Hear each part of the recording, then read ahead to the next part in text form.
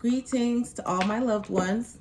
Welcome back to another episode of Healing Wisdom with me, your favorite, sexiest, realist spiritual advisor, Empress Oracle. So, on behalf of Starseed Galactic Federation, I have been given access to knowledgeable information from my Akashic records for the purpose of helping humanity. This information is given directly to me as a divine channel, and any use and or reproduction of this information without the proper accreditation from where it came from will result in instant karma for the plagiarizing parties and or individuals. And so it is. All right. So let's get to it, guys. I did not take any notes because this is a topic where I am speaking from not only firsthand experience, but also observation of other people as well. This is from real life experience. So viewer discretion is advised because I will be speaking my truth. Okay? So we are going to be talking about dealing with mommy issues. I've never spoken about that before. I know I have spoken on the topic of jealousy between a mother and a daughter. However, dealing with mommy issues is something totally different. And that is something that I feel like a lot of people really don't talk about because the mother is the nearest and dearest to the heart. You know, you come from your mother. You wouldn't be here. You wouldn't be alive if it wasn't for your mother. And for that, I feel as though everybody should most definitely have a certain amount of respect and care and love for their mother for that fact. I know there are a lot of people who are, disassociated from their family, for lack of better words. I can't remember the exact word right now, so bear with me. However, that does not mean because your mother was a horrible person that you have to be horrible to them back. Sometimes it's just best when you know that the person who gave you life does not have the best intentions for you. Sometimes it's best for you just to sever those cords as seamlessly as possible and just walk away. Because although we are born with a certain birth order, i.e. we have our parents and then we are the children, so we're supposed to, kind of submit to them more. Sometimes the parent does not know how to properly parent, whether it's because of the way they were parented, their life experiences, mental illness. There's a lot of different factors that can go into why a mother was not able to mother you appropriately. But that does not mean for you to take it out on that person or to harbor resentment, because that is, kind of in a way how you do end up with mommy issues. But you also can end up with mommy issues in another way. And the other way that you can end up with mommy issues is the way that I used to have mommy issues. And it took me a very long time. It actually took me well into my 30s to really realize the true source of a lot of the things that I attracted to myself, because they say a lot of times that certain habits, whether they're good or bad, certain traits, they start at home. And I do believe that that is very true. So the mommy issue that I had was I had a tendency to attract to me people who, in the long run, they ended up to be emotionally manipulative or emotionally abusive. And anybody who knows me knows that I am less likely to be in a domestic violent relationship where the man is putting his hands on me because I'm crazy, right? Or that's what people used to call me because I have always been the type of person to be outspoken, to speak my truth fearlessly, and a lot of times that can push a lot of people's tempers and egos, right? So a lot of people like to say that is crazy, but that is not truly crazy. That is standing up for yourself. And when you are not afraid to stand up for yourself, regardless of who is in front of you, a lot of times people will like to say that you are crazy to do such things, but really you're not crazy, you're just fearless, right? True insanity is doing the same thing over and over and expecting different results. And that is something that we aim to not do anymore. And when I say we, I'm talking about all of us, which is why we're going to learn about these mommy issues.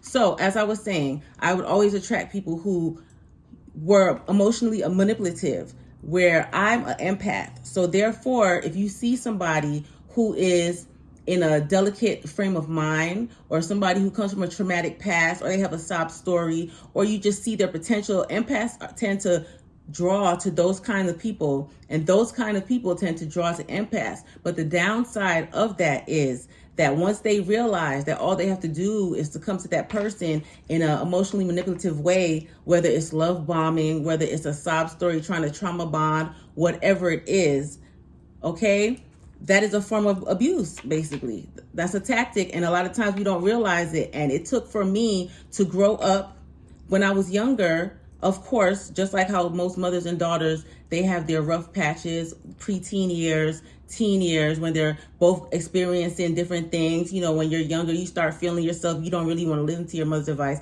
We went through those phases of life, of course. However, I never truly had a truly close relationship with my mother like that growing up. You know, she was very busy. She worked a lot and stuff. And at the time, I never really realized how it affected me. However, I was a shy child. I did keep to myself. I didn't really play with people, but I was a tomboy. Me and females really did not click like that. And then also growing up, I came to realize, sorry, y'all. I forgot what I was saying real quick. Growing up, I came to realize that I still had those kind of relationships with people. I still had those kind of tendencies with people. And I didn't understand until I got older and circumstances caused for me to have to live with my mother again because she became ill and I became her caretaker. So in a way, the roles kind of reversed, but they kind of did not because there was still, you know, that mother-daughter dynamic going on. But that really made me realize dealing with her again, it kind of triggered certain memories and stuff, certain experiences. And as it triggered those experiences, those memories, I started remembering little toxic traits that she was displaying as I was older, that she used to display when I was younger, and that shit used to turn me off. And I always used to tell myself, I'm never going to be like that when I get older. I don't like females that act like that.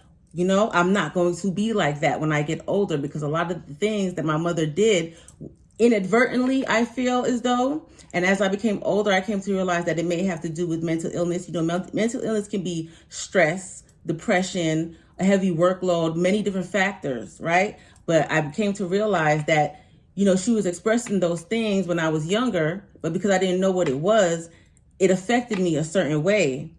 And at the same time, she was my mother. So of course I had a soft spot for her. So growing up, as I saw people who displayed certain types of those traits or characteristics, I naturally gravitated more to them with a soft spot because it reminded me of someone. And it took for me to become grown again to realize that the person that it reminded me of was my mother, right? But the sad part about that also is the people who I would end up in those toxic relationships with, because those relationships did turn out to be toxic. All of them, as I became even more older and more open with my spirituality and seeking knowledge in all areas of life and all factors, I came to find out that these people were narcissists. So my mother, in a sense, was a narcissist, but she was a covert narcissist. And what I have learned through that was that as an empath, but as an empath who don't play that shit, right? So people kind of say, oh, she's crazy because she says however she feels. She always stands up for herself, right? So therefore, the covert narcissists are the ones who are attracted to those kinds of people. And that, in a sense, can be worse than being in a physically abusive relationship, to be honest, because, you know, somebody can beat your ass and those bruises, those will heal. But the emotional trauma, the emotional scars, the mind games that people play with you, that sticks, that leaves a mark, and it takes longer to heal, and it can affect your relationships, and it can, i.e., end up giving you mommy issues. So how it ended up giving me the mommy issues, as I said, was I attracted the same type of people, right?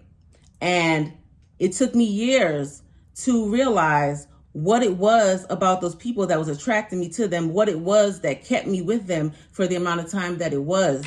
And I had to realize what was it in me that, you know, made it so hard for me to walk away.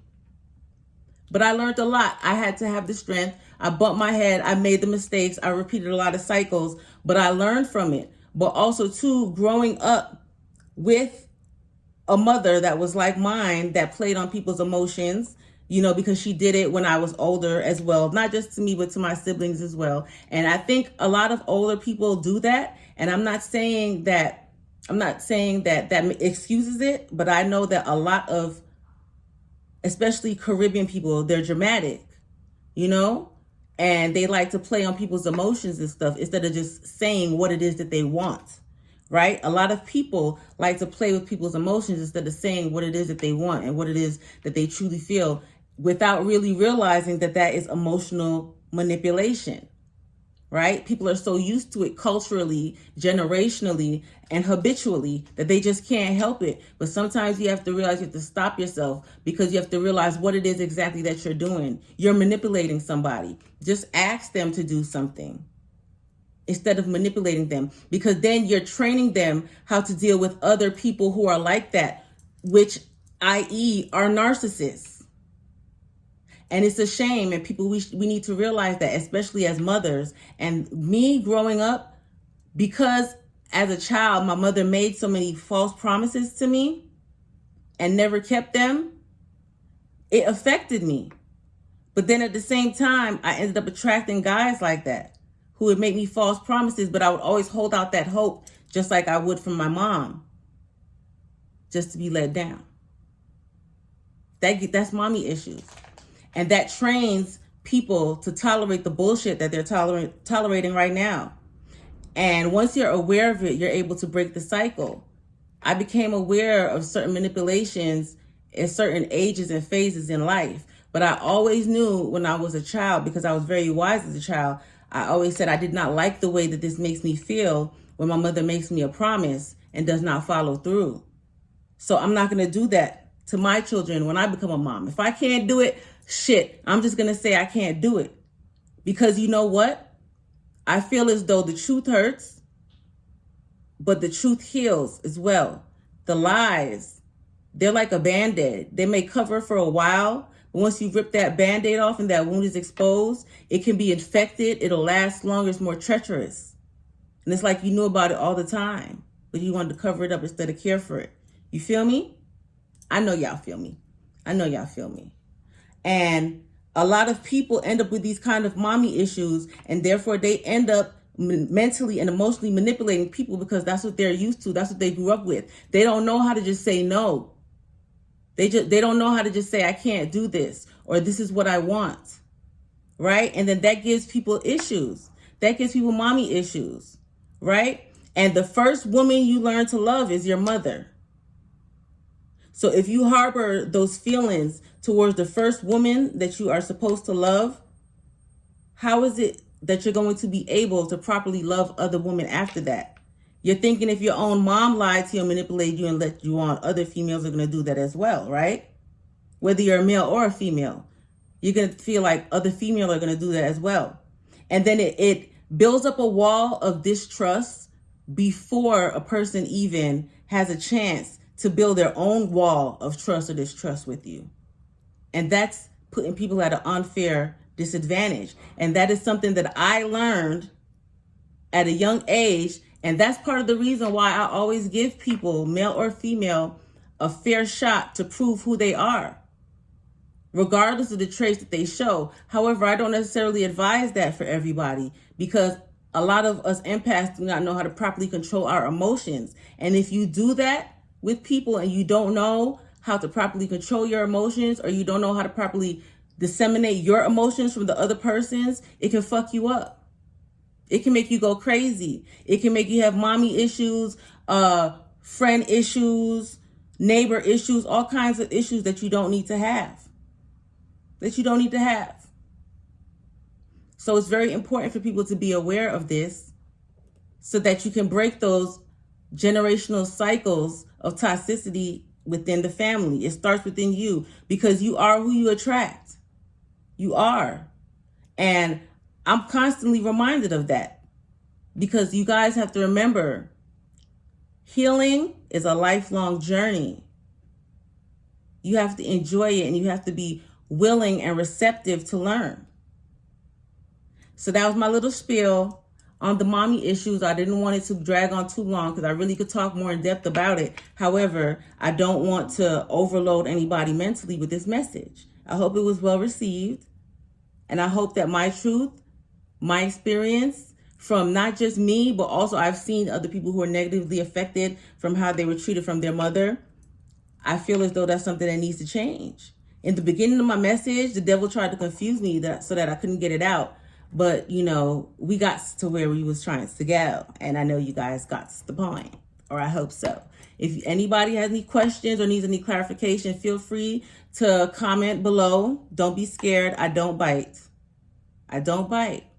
Also, be blessed. And if you're not busy, feel free to check out my shop on Etsy, Empress Oracle Shop, because there, as I said, I have healing crystals for everything. I have full descriptions for everything, body butters for everything, to help you to break all types of curses, chains, blockages, bath salts. And I also do custom orders, so check me out on Etsy. That's Empress Oracle Shop. Be blessed and have a wonderful day.